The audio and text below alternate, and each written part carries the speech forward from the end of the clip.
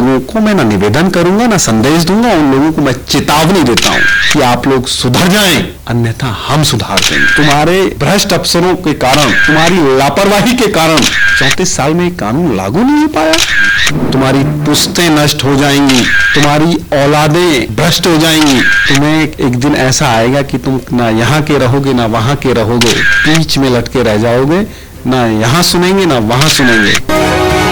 Corruption एक ऐसी बीमारी है जो देश को लगातार खोखला कर रही है, और करप्शन के नाम पर न जाने कितने नेताओं की आज रोजी रोटी भी चल रही है।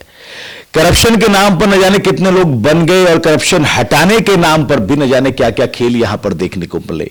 करप्शन हटाने के नाम पर आए थे वो नेता, और खुद करप्शन करके अपने अपनी बड़ी मंजिलें, बड़ी इमारतें वाली घर, मकान, दुकान, कोठी, गाड़ी सब बनाकर बैठ गए। करप्शन का जिक्र मैं इसलिए कर रहा हूं क्योंकि मैं आज एक ऐसी शख्सियत के साथ में बैठा हूं जिसने एक संस्था चलाई जिसका नाम रखा करप्शन फ्री इंडिया, और मैं बात कर रहा हूं प्रवीण भारती जी की। प्रवीण भारती जी मेरे साथ है। करप्शन फ्री इंडिया का क्या मकसद है, किस तरह से काम करती है, प्रवीण भारती का क्या रोल है, कब बनी, क्यों बनी, कैसे बनी, इन तमाम सवालों के जवाब आज हम लेने की कोशिश करेंगे और आपको समझने और समझाने की कोशिश करेंगे कि आखिर इस संस्था का मकसद क्या है। प्रवीण जी बहुत बहुत स्वागत, आपका नाम। धन्यवाद। सवाल की शुरुआत यहां से करना चाहूंगा कि मैंने जो इंट्रो दिया कि करप्शन खत्म करने के नाम पर या फिर करप्शन के नाम पर पॉलिटिक्स करके न जाने कितने लोग बन गए, और हिंदुस्तान को करप्शन फ्री करने के नाम पर लोगों को बेवकूफ बनाकर अपना उल्लू सीधा कर लिया। ऐसे माहौल में या फिर ऐसे वक्त पर आपकी करप्शन फ्री इंडिया जो है वो कैसे काम करती है, आप कैसे काम करते हैं, पहले ये बताइएगा। देखिए, सबसे पहले हम लोगों को करप्शन शब्द को समझने की आवश्यकता है। भ्रष्टाचार आखिर है क्या? अमूमन लोग ये समझते हैं कि भ्रष्टाचार जो है पैसे का लेन देन है। थाने चौकी या किसी विभाग में, किसी दफ्तर में जाके हम पैसा दे करके उस अपने आप काम को करा लें, अधिकतर लोगों का ये होता है। लेकिन भ्रष्टाचार जो है, भ्रष्टाचार की परिभाषा यही सीमित नहीं है। भ्रष्टाचार वह भी है जब मेरे देश का वह मूल नागरिक, जिस नागरिक ने इस देश की सरकार वोट दे करके इस देश की सरकार का निर्माण किया हो, वह व्यक्ति जब किसी कलेक्टर के, एसडीएम के या किसी के भी दफ्तर में जाता है और वहां खड़ा हुआ अर्दली उस बेचारे किसान को डीएम से मिलने तक नहीं देता, उसको वहां से धुतकार के भगा दिया जाता है। थाने चौकी हम लोगों की सुरक्षा के लिए हैं, लेकिन जब हम लोगों के साथ घटनाएं घटित हो जाती हैं तो थाने चौकी में बैठा हुआ एक अदना सा मुंशी, एक सिपाही क्षेत्र के सम्मानित व्यक्ति को धुतकार के भगा देता है। तो यहां पता चलता है कि इस व्यक्ति का आचरण अच्छा नहीं है, इसका आचरण भ्रष्टाचार के अंतर्गत है। तो जब जिला मजिस्ट्रेट के यहां देश के उस मूल नागरिक को, जो किसान के रूप में, मजदूर के रूप में, दलित के रूप में, शोषित वंचित के रूप में अपनी फरियाद लेके जाता है और उसको सुना तक ना जाए, तो ये भ्रष्टाचार तो पैसे से भी अधिक जो है दुख देने वाला है। लोग पैसे देते हैं, काम हो जाता है, सुकून मिल जाता है, मैं इस पक्ष में नहीं हूं, लेकिन जब वो व्यक्ति वहां इस उम्मीद के साथ जाता है कि कलेक्टर महोदय मुझे सुनेंगे, और सुनने की तो बात बहुत दूर की, वो अर्दली इतने उसके भाव होते हैं कि वो उस बेचारे को वहां से धुतकार देता है। प्रवीण जी, सवाल थोड़े से जब तक मैं तीखे न करूं मुझे भी मजा नहीं आता, और इसलिए तीखे करना चाहता हूं क्योंकि वक्त और इस वक्त का माहौल ये बता रहा है कि आपकी संस्था के नाम जैसे सिमिलर या फिर थोड़े बदलाव में बहुत सारे ऐसे संगठन हैं जो यहां पर काम कर रहे हैं, लेकिन जिस करप्शन के नाम पर काम कर रहे हैं वो खुद करप्शन में या भ्रष्टाचार में लिप्त हैं। तो आप उन लोगों से या आपकी संस्था उन लोगों से अलग कैसे है? देखिए, करप्शन फ्री इंडिया संगठन हमारी संस्था का नाम है, और इस जनपद गौतम बुद्ध नगर के साथ साथ प्रदेश, उत्तर प्रदेश में और देश में लाखों संगठन ऐसे हैं जो करप्शन नाम से बने हुए हैं, करप्शन सबसे संबंधित रखते हैं।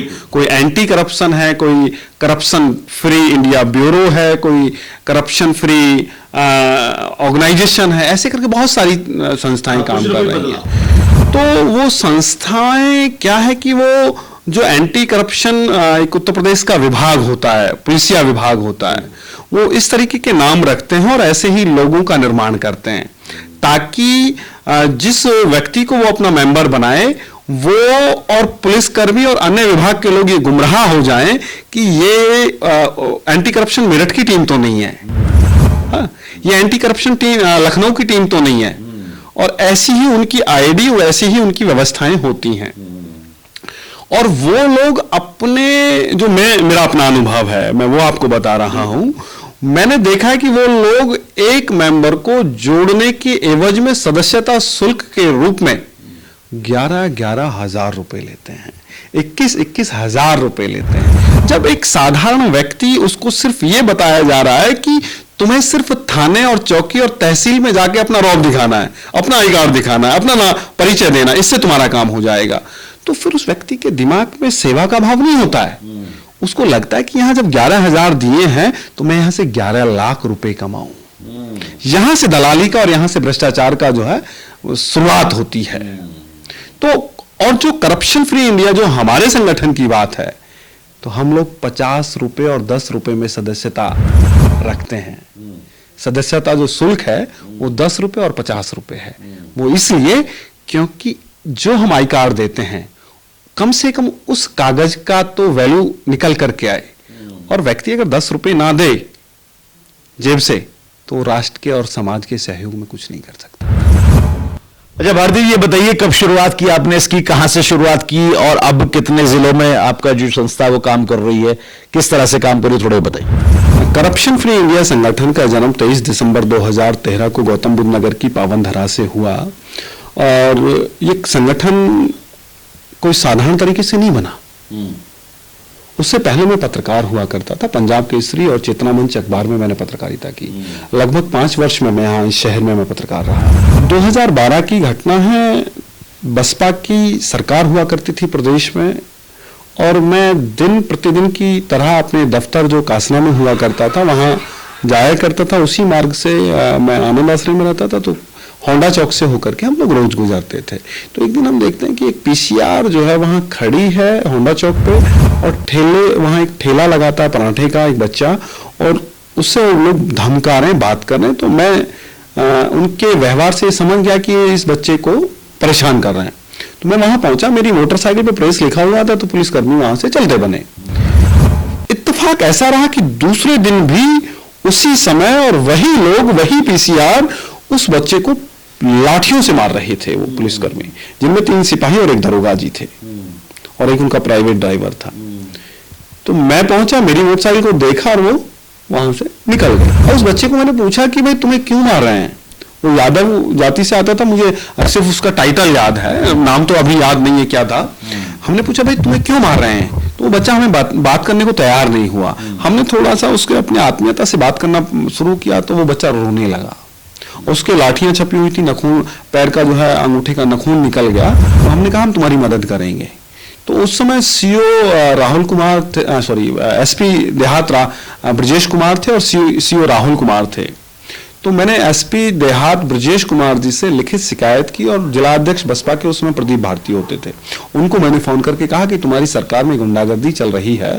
तो उन्होंने भी खैर एसपी को फोन किया, और एसपी ने सीओ राहुल कुमार को, जो तत्कालीन सीओ थे, उनको जांच सौंपी। और तमाम मेरे जो पत्रकार साथी थे उन लोगों ने बड़ी अच्छी खबरें प्रकाशित की कि खाकी की गुंडागर्दी, ऐसे हेडिंग्स दिए अखबारों में। और हुआ ये कि 3 दिन में वो जांच पूरी हुई, क्योंकि मैंने उस समय उस बच्चे को ले जाके दिखाया तो उसका अंगूठा निकला हुआ था, मेडिकल हुआ, लाठियां छपी हुई थी, उसमें 3 सिपाही और एक दरोगा सस्पेंड। फिर वहां से विचार आया, और उस विचार को लेकर के लगभग 5-7 महीने हमने मंथन किया स्वयं के अंदर कि करप्शन फ्री इंडिया मूवमेंट पे हम लोग काम तो करेंगे, लेकिन ऐसा हो सकता है कि करप्शन फ्री की लड़ाई लड़ते हुए, भारत भ्रष्टाचार मुक्त भारत का निर्माण करते हुए, ऐसा ना हो कि एक दिन तुम्हें भी झोपड़ी में रहना पड़े। रोटियों के भी लाले पड़ सकते हैं अगर आप सही मार्ग पे चलेंगे। तो हमने यहां तक सोचा कि अगर हमें गेहूं की रोटी भी नहीं मिली तो हम घास फूस खा करके अपना जीवन व्यतीत करेंगे, लेकिन कभी भ्रष्टाचारियों से और भ्रष्टाचार से समझौता नहीं करेंगे। 2013 से और आज तक ये यात्रा जारी है। लगभग 1 दर्जन के आसपास हम सरकारी कर्मचारियों को सस्पेंड करा चुके हैं भ्रष्टाचार के मामले में, और लगभग 1 दर्जन से अधिक लोगों पर कागजी कार्रवाई भी हुई है। तो इस तरीके से करप्शन फ्री इंडिया काम कर रहा है। ये तो एक पार्ट हुआ रिश्वत का, लेने का और देने का। दूसरा पार्ट है जिसपे करप्शन फ्री इंडिया काम भी कर रहा है, विलेज डेवलपमेंट। आज गौतम बुद्ध नगर की बात करें, गौतम बुद्ध नगर के साथ साथ प्रदेश के अन्य जनपदों की बात करें, तो जो भारत की जो मूल आत्मा है वो गांवों में बसती है, किसानों में बसती है, गरीबों में बसती है। लेकिन जो मूल आत्मा है वह आज अपने विकास की बाट देख रहे हैं और वो अपने विकास के लिए सिसक रहे हैं गांव। हम गौतम बुद्ध नगर की बात करें तो गौतम बुद्ध नगर में ग्राम पंचायत समाप्त कर दिया। यहाँ 3 प्राधिकरण है, नोएडा प्राधिकरण, ग्रेटर नोएडा प्राधिकरण और यमुना प्राधिकरण, और चौथा जो है यूपीसीडा। इन्होंने कहा कि हम यहाँ डेवलपमेंट कर रहे हैं तो यहाँ ग्राम पंचायत की कोई आवश्यकता नहीं है। लेकिन जब हम गांवों में जाते हैं तो आज गांवों की स्थिति जो है अब से 20 वर्ष पहले से भी दयनीय है। यानी कि प्राधिकरण विलेज डेवलपमेंट के नाम पे पैसा तो जारी कर रहा है, लेकिन वहां करप्शन की, भ्रष्टाचार की सीमा इतनी ऊंची चली गई है कि जो जिन अधिकारियों को उत्तर प्रदेश की सरकार 1 लाख रुपया वेतन इसलिए दे रही है कि तुम्हारा काम है कि तुम जेई हो, तुम सीनियर मैनेजर हो, टेक्निकल हो, सुपरवाइजर हो, तुम्हारी ड्यूटी यह है कि तुम जमीन पे जाकर के ये देखें कि कहीं ठेकेदार सामग्री में घटिया का प्रयोग तो नहीं कर रहा है, मिलावट का तो प्रयोग नहीं कर रहा है। अब वो जो रक्षक था वो भी हमारा भक्षक बन गया। यानी कि ठेकेदार और ग्रेटर नोएडा यमुना प्राधिकरण के अधिकारियों की मिली भगत हो गई और कमीशन खोरी ये हो गई। कमीशन खोरी तो है ही है, ये मैं आपके चैनल पे कह रहा हूं, कि कमीशन तो जाता ही जाता है इन लोगों का, इन अधिकारियों का। बिना कमीशन के तो कोई फाइल एक टेबल से दूसरी टेबल पे जा ही नहीं सकती। अच्छा। हाँ, उसके बावजूद जो ठेकेदार उनको विभिन्न प्रकार की सुविधाएं उपलब्ध कराता है वो अलग बात है। प्रवीण भारती के कुछ वीडियो जो है देखे गए, कुछ धरना प्रदर्शन हुआ, 101 दिन का अन्न त्याग भी हुआ। क्या मामला था वो प्रवीण साहब? देखिए भाई, ग्रेटर नोएडा प्राधिकरण का जन्म 1991 में हुआ और आज 34-35 वर्ष हो गए हैं, लगभग 34 वर्ष हो गए हैं। जब प्राधिकरण ने यहाँ के किसानों से जमीन लेना प्रारंभ किया तो यहाँ के किसानों से ये वादा किया था कि हम तुम्हारी जमीन, आपकी जमीन औने पौने दाम तो ले रहे हैं, लेकिन भविष्य में शिक्षा के क्षेत्र में आपके बच्चों की पढ़ाई में हम विभिन्न प्रकार की सुविधाएं उपलब्ध कराएंगे। यहाँ कॉलेज बनेंगे, तुम्हारे बच्चे पढ़ेंगे और वो बच्चे फ्री में पढ़ेंगे। ऐसे हम लोगों को सपने दिखाए गए। और जो अस्पताल बनेंगे उन अस्पतालों में यहाँ के जो स्थानीय किसान हैं उनको 2 घंटा सुबह 2 घंटा शाम ओपीडी फ्री रहेगी और 40% जो भी मूल बिल होगा उसमें से स्थानीय किसानों को छूट मिलेगी। और जो यहाँ के गांव हैं, जो अति गरीब लोग हैं, उनको प्रत्येक अस्पताल में 10% आरक्षण इस बात का मिलेगा कि उनका ए से और जेड तक कोई भी इलाज, बीमारी हो, उसका मुफ्त इलाज होगा। 10% बेड आरक्षित होंगे गरीबों के लिए। और वहीं जो शहर के गरीब हैं, जो आर्थिक रूप से शहर में कमजोर हैं, 15% उन लोगों का कहा गया कि इन लोगों को 50% छूट पे इनका इलाज होगा। ये सब बातें मैं मौखिक नहीं बोल रहा हूं, इनकी लीज डीड में है।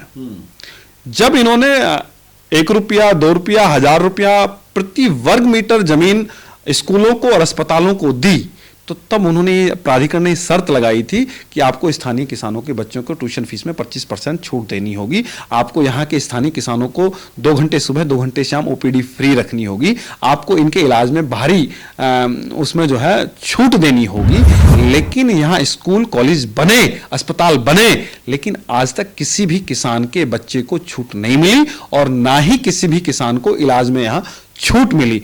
जबकि उस लीज डीड में यह भी शर्त है कि आप स्कूल की फीस को बिना ग्रामीणों की सहमति के आधार पे, बिना उनके आधार पे, उनकी बिना सहमति पे आप फीस वृद्धि नहीं कर सकते। लेकिन आज उन स्कूलों में, जिन स्कूलों की मैं बात कर रहा हूं, उन स्कूलों में यहाँ के किसानों को प्रवेश तक नहीं मिलता। एडमिशन की बात तो बहुत दूर की रही, उनकी सलाह लेने की बात तो बहुत दूर की रही।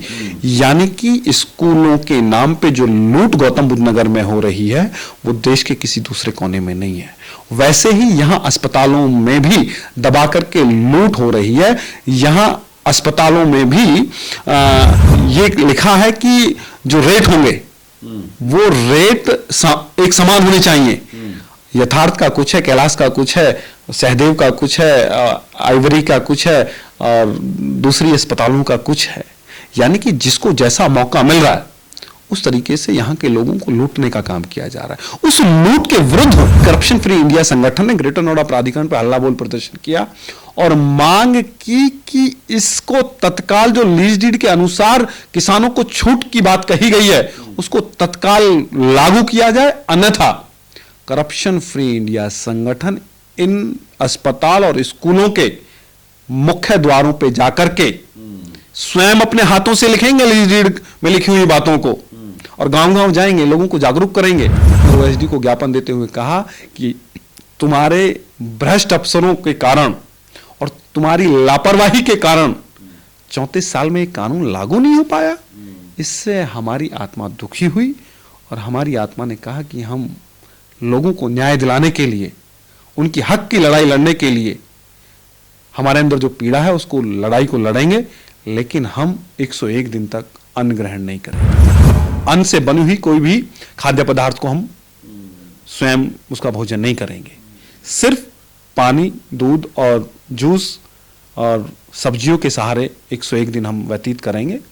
और ये पीड़ा इसलिए, ये पीड़ा और ये कष्ट इसलिए झेल रहे हैं क्योंकि ये आने वाले समय में मेरे अंदर एक नई ताकत पैदा होगी, और जब जब सत्यता के मार्ग को रोकने का प्रयास भ्रष्ट लोग करते हैं, वो ताकत दोगुनी रूप में उभरती है और भ्रष्टाचार जैसे लोगों को, भ्रष्टाचारियों को एक झटके में दूर फेंक देती है। एक आखिरी सवाल कर लेता हूं, और आखिरी सवाल में 2 मैसेज लेने की कोशिश करूंगा। एक मैसेज तो दीजिए उनको जिनको आप मूंछों पर ताव दे के जो है बोलते हैं, यानी उस भ्रष्ट सिस्टम को, चाहे वो कोई भी सिस्टम हो। एक मैसेज उनके लिए क्या मैसेज देना चाहेंगे? दूसरा मैसेज, जिन किसानों की और दबे कुचले लोगों की आप बात कर रहे हैं, एक मैसेज उनको क्या देना चाहेंगे अलग?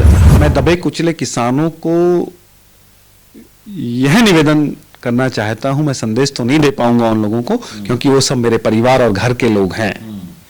मैं उनको ये निवेदन करना चाहूंगा कि अपने बच्चों को शिक्षित करें। थाली में रोटी ना मिले, हाथ में रख के खा लेना, लेकिन अपने बच्चों को एजुकेशन दें। अगर वो बच्चे शिक्षित हो गए तो एक दिन इन कुर्सियों पर बैठ करके इस देश का, इस राष्ट्र का निर्माण करने में बहुत बड़े स्तर पर वो सिद्ध होंगे।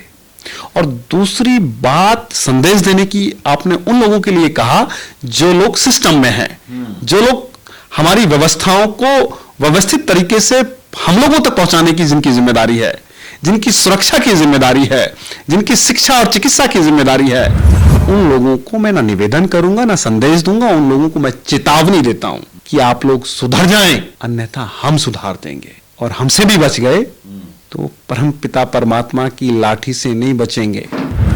तुम्हारी पुश्तें नष्ट हो जाएंगी, तुम्हारी औलादें भ्रष्ट हो जाएंगी। तुम्हें एक दिन ऐसा आएगा कि तुम ना यहाँ के रहोगे ना वहां के रहोगे, बीच में लटके रह जाओगे, ना यहाँ सुनेंगे ना वहां सुनेंगे।